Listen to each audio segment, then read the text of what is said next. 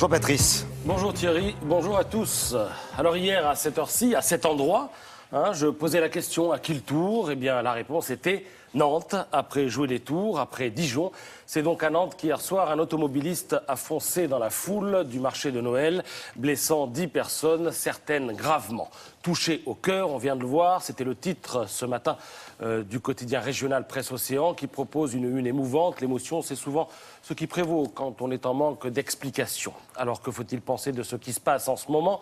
On sent à la une de certains quotidiens qu'il est urgent de ne rien penser. Voyez la sobriété avec laquelle, on vient de le voir, Ouest France et le Télégramme présentent les choses. Ils fauchent 10 personnes à Nantes, ils foncent dans la foule. C'est très factuel, comme si les journaux, on va un petit peu trop vite là avec les vignettes, comme si les journaux pressentaient l'explosivité de la situation et des débats qui peuvent en découler. Des titres comme La Montagne et Sud-Ouest se dévoilent un peu plus. Pour le premier, il est question de série noire. Pour le second, de folle contagion. Et l'on sent bien que le curseur peut osciller entre deux approches diamétralement opposées. Il y a ceux qui ce matin ont envie de crier « Réveillez-vous » et ceux qui au contraire calment le jeu sur le mode « Pas d'affolement ». Alors, à jouer les tours, on a clairement affaire à un apprenti djihadiste. À Dijon, l'agresseur a crié « Allah Akbar », mais on retient surtout qu'il cumule 157 passages en établissement psychiatrique.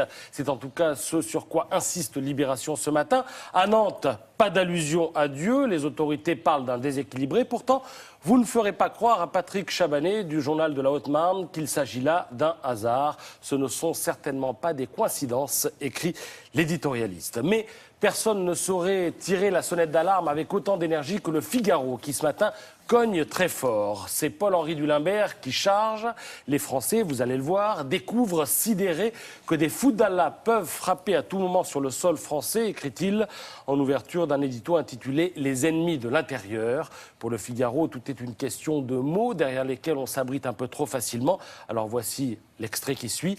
L'homme qui a lancé son véhicule sur la foule, il parle de Dijon, ne serait pas un terroriste, mais un déséquilibré. La belle affaire. Et les Français qui en Syrie décapitent au nom d'Allah, sont-ils des terroristes ou des déséquilibrés? Peu importe le nom qu'on leur donne, les Français retiennent seulement qu'ils sèment la mort en criant Allah Akbar, conclut l'éditorialiste. Alors, face à une telle charge, c'est l'humanité qui ce matin tente de faire barrage. Pour le titre communiste, l'évocation du complot djihadiste est un peu trop rapide. Ici et là, on se plairait à spéculer sur la peur. Le malheur a tôt fait de trouver des haut-parleurs, écrit Patrick Appelmuller. Des drames ont mis en appétit ceux qui aiment voir grandir les psychoses et savent la peur mauvaise conseillère, écrit l'éditorialiste, qui pose une question qui peut interpeller. Combien de crimes de masse commis aux États-Unis par des illuminés criant Dieu ou le diable? C'est assez habile, mais ça n'est pas forcément suffisant pour rassurer au moment où Daesh appelle à frapper les intérêts français. Et ce, 3 mois après que le Niçois Hervé Gourdel eût été assassiné par des djihadistes algériens. Il fait la une de Nice Matin.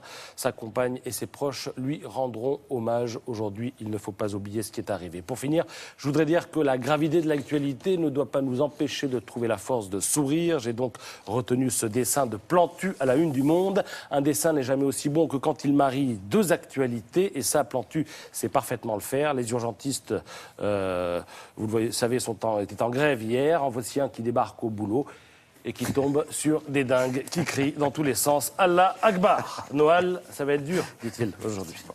Effectivement, et on aura le plaisir de vous retrouver tout à l'heure, Patrice, pour la revue de presse culturelle. Pour l'instant,